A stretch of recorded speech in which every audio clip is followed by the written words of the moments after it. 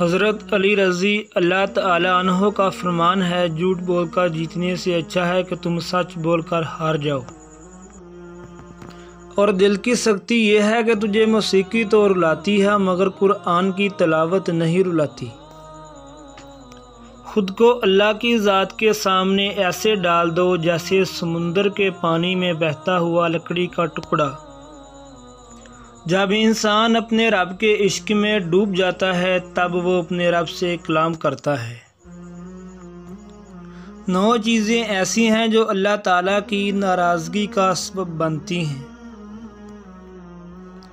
اور وضو کی حالت میں کفر یا الفاظ بولنا، اذان ہوتے وقت کام میں مصروف رہنا، ماں باپ کی عقل کو حقیر سمجھنا،